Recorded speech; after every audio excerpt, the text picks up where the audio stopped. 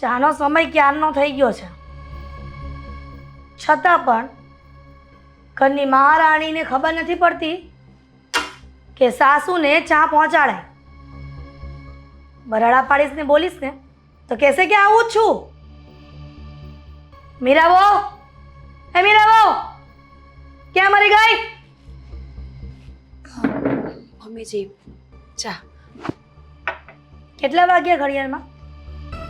Sorry મમ્મીજી, થોડું બીજું કામ હતું એ પતાવતી હતી સાથે સાથે.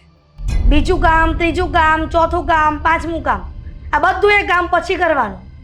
પેલા સમયસર ચા પહોંચાડવાની. મમ્મીજી હવે ધ્યાન રાખીશ. ધ્યાન તો રાખવું જ પડશે ને.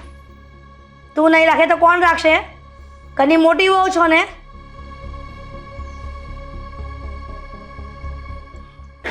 મમ્મીજી શું થયું? ગરમ લાગી ચા? ચા બનાવતા આવડે છે? પિયર હતા તો શીખ્યા છો કે પછી પાછા મોકલી દો મહિનો સુધી? પણ શું થયું મમ્મીજી? ચા તો બરાબર છે, મેં ચાખીને બનાવી છે. તમારા માટે થોડી મોડી રાખી છે મેં. જીભમાં કઈ તકલીફ છે તો કેમ સ્વાદ નથી આવતો? ચામાં કોઈ ભલીવાર નથી. ન બનાવી હોય તો ના પાડી દેવાની. તો અહીંયા બાળવા કરતા હાથ પાડી લો. મમ્મીજી હું ક્યાં તમને ક્યારેય ના પાડું છું? જ્યારે કહો છો ત્યારે બનાવી જ આપું છું ને. અને તમે જ કહ્યું છે કે મોડી બનાવવાની, એટલે થોડી ખાંડ ઓછી નાખી છે. ખાંડ ઓછી નથી નાખી, ખાંડ નાખી જ નથી એવું માનો ને તો સાચું. પેલા પિયર જઈને બધું શીખી આવો અને પછી અહીંયા આવો જો ન આવડતું હોય તો. મમ્મીજી ફરી વખત બનાવી આવું? રહેવા દે. ખોટી જીવનમાં તકલીફ નથી લેવી. આટલી તકલીફ ઓછી છે કે આ વધારે પડતી તકલીફ આપવાની? ખબર નથી પડતી કે કયા જન્મનું વેર વાળવા આવી છે તું. તો સંતાનમાં દીકરો નથી આપી શકતી અને અત્યારે આટલી બધી હેરાન કરી રહી છે. કહી દે ને કે સાસુ નથી ગમતી. ના ના મમ્મીજી એવું શું કામ બોલો છો? તમારાથી મને શું વાંધો હોય? વાંધો હોય ને, કારણ કે ત્રણ વખત ગર્ભપાત કરાવ્યું છે. બસ કરો મમ્મીજી, આપણે એ વાત ન કરીએ તો નહીં ચાલે. ના ચાલે. જ્યાં સુધી સંતાનમાં દીકરો નહીં આવે ને ત્યાં સુધી આ વાત ટળશે જ નહીં. પણ તમને તકલીફ શું છે મારા? તકલીફ એ જ કે વારસદાર નથી આપતી. હું માનું છું મમ્મીજી કે હું વારસદાર નથી આપી શકતી, પણ એના પણ તો કારણો છે ને. તમે એકવાર વિશ્વાસ તો કરો. ભગવાન પર વિશ્વાસ કરવાની જરૂર છે, ડોક્ટરો પર નહીં. અચ્છા, તો આ જેટલા ડોક્ટરો છે ને એટલા બધાને આપણે લેખિતમાં આપવું પડશે કે તમે તમારી ડિગ્રીઓ છોડીને આ મજૂરની જેમ કામ કરવા માંડો. આ તમારી ડોક્ટરની ડિગ્રી ખોટી છે. તમારા મા બાપે ખોટા ભણાવ્યા છે તમને. વાત એવી નથી મમ્મીજી, પણ કોઈ પણ સ્ત્રીના ગર્ભમાં જ્યારે બાળક રહે ને ત્યારે પહેલા એ દીકરી જ હોય છે. તમે આટલી વાત કેમ નથી સમજતા? કોણે કહ્યું? મારે સંતાનમાં 2 દીકરાઓ છે, 2 વારસદાર છે અને તું એક નથી આપી શકતી. જો તું આવું કરીશ ને તો કાલ સવારે આવેલી તારી દેરાણી પણ આવું જ કરશે. એટલે હું એવું નથી ઈચ્છતી કે તારા ગર્ભમાં દીકરી આવે. આ જે પણ કરી રહી છું ને એ બરાબર જ કરી રહી છું. મમ્મીજી કદાચ તમે મને મારી પણ નાખશો ને તો પણ આ વાત નહીં બદલાય કે ભગવાન જે ઈચ્છશે ને એ જ આપશે. એને દીકરી આપવાની ઈચ્છા હશે તો દીકરો ક્યારેય નહીં આવે. અને આમ પણ આપણે કુદરતના નિયમોના વિરુદ્ધ જ્યારે ચાલતા હોઈએ ને ત્યારે નુકસાન પણ આપણને જ થતું હોય છે. સરસ કહેવાય. તમારી પાસે જ્ઞાનનો ભંડાર ઘણો છે, પણ એટલું જ્ઞાન તો મને પણ છે કે જો ભગવાનના હાથમાં ન હોય ને જે વાત એ મનુષ્યના હાથમાં હોય જ છે.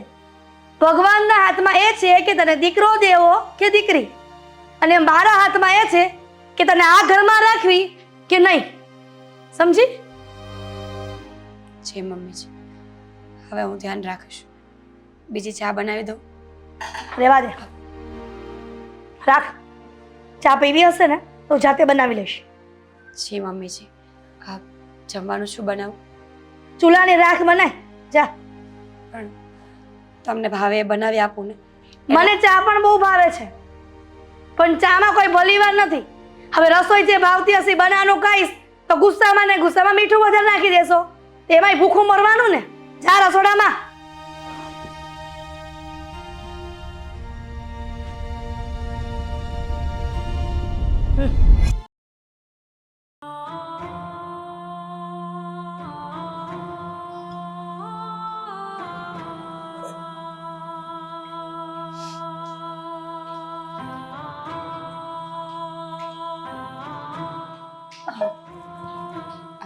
તેલ આવી ગયું છે ક્યારનું.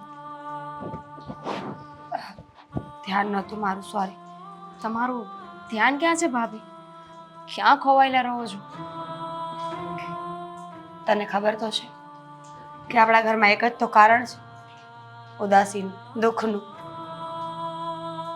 મમ્મીજીનો સ્વભાવ દિવસે ને દિવસે બગડતો જાય છે દામિની. આજે પણ ન બોલવાના શબ્દ બોલતા હતા મને. ખબર નહીં હર વખતે બધી જ વાતો આ ઘરના વારસદાર પર જઈને જ કેમ ઊભી રહી છે. એક ચાની બાબતને પણ મમ્મી ત્યાં સુધી પહોંચાડે છે. ભાભી, મમ્મીની તો ટેવ પડી ગઈ છે ગમે તે વાતમાં આપણને બોલવાની, ખીજાવાની.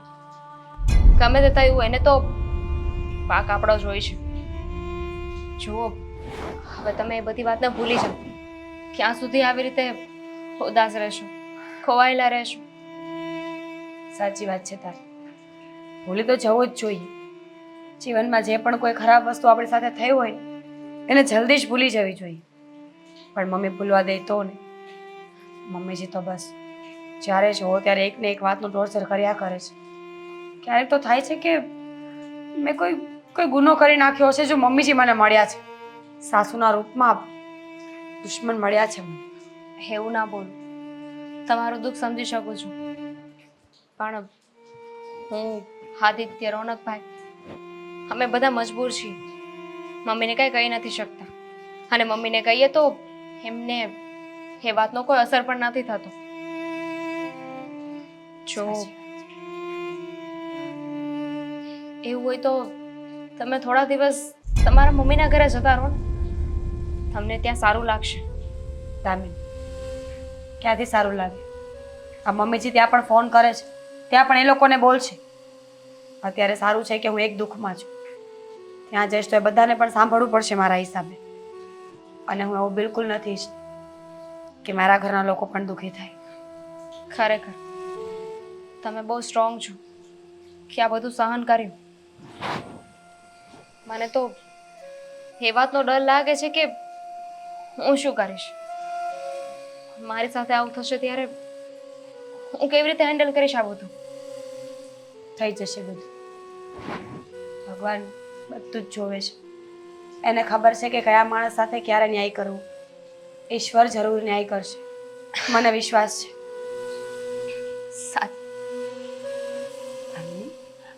દામિની, દામિની, દામિની,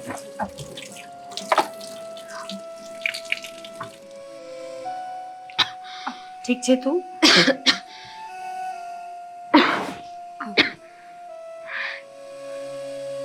દામિની, હું જે સમજુ છું એ વાત બરાબર છે?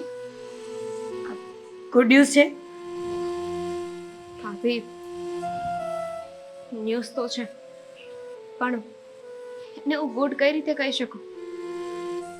તમને તો ખબર જ છે ને બધી વાતની. મમ્મીને આ વાતની ખબર પડશે તો એ મારી સાથે પણ તમારી સાથે જે કર્યું ને એ જ કરશે. નહીં કરે. મને વિશ્વાસ છે કે ઈશ્વર આ વખતે એવું કંઈ નહીં થવા દે. મમ્મીજીનું દિલ જરૂર પીગળશે.